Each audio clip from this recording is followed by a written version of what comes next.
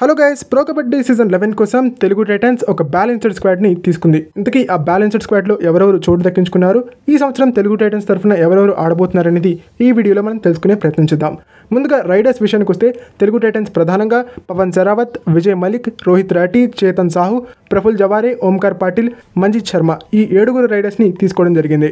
ఇక డిఫెండర్స్ విషయానికి వస్తే క్రిషన్ ధుల్, సాగర్ రావల్, అంకిత్ జాగ్లాన్, మొహమ్మద్ మలేకి, అజిత్ పవార్, శంకర్ గడాయ్, సుందర్ ఈ ప్లేయర్స్ని తీసుకోవడం జరిగింది. Defenders 7 and riders 6 Telugu Titans ప్రధానంగా ప్రో కబడ్డీ సీజన్ 11 కోసం తీసుకోవడం జరిగింది.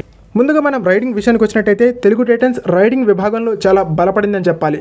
ముఖ్యంగా పవన్ కుమార్ శరవత్తో పాటుగా మంజిత్ శర్మ, విజయ్ మలిక్ కూడా ఈ సంవత్సరం మన రైడింగ్ యూనిట్లో ఉన్నారు. సో ఖచ్చితంగా ఈ 3 ఎక్స్పీరియన్స్డ్ రైడర్స్ వెల్ కోఆర్డినేటెడ్గా ఆడితే కనుక తెలుగు టైటన్స్కి రైడింగ్లో తిరిగి ఉండదు. ఇక డిఫెన్స్ విషయానికి వచ్చినట్టయితే క్రిషన్ ధుల్ రాకతో తెలుగు టైటన్స్ని ఎప్పటి నుంచో వేధిస్తున్నటువంటి ఆ రైట్ కార్నర్ కన్సర్న్ అనేది తీరిపోయిందని చెప్పాలి. అండ్ లెఫ్ట్ కార్నర్లో అంకిత్ జాగ్లాన్ వీళ్ళకి ఎలాగో ఉన్నాడు, అదనపు బలంగా తను మారేటువంటి అవకాశం ఉంటుంది.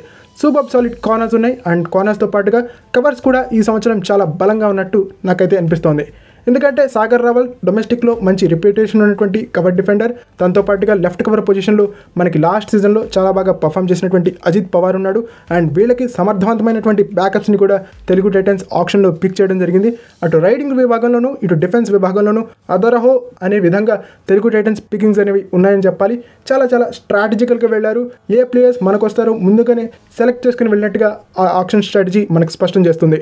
ఓకే, ఇది ఫ్రెండ్స్ ఈ వీడియో కనుక మీకు నచ్చినట్టయితే లైక్ చేయండి, షేర్ చేయండి, మన ఛానల్ని సబ్స్క్రైబ్ చేసుకుని పక్కనున్న బెల్ ఐకాన్ ప్రెస్ చేసి ఆల్ ఆప్షన్లో సెట్ చేసుకోండి. అండ్ ఇలాంటి మరిన్ని వీడియోస్ కోసం ఛానల్ని డైలీ ఫాలో అవడానికి ట్రై చేయండి.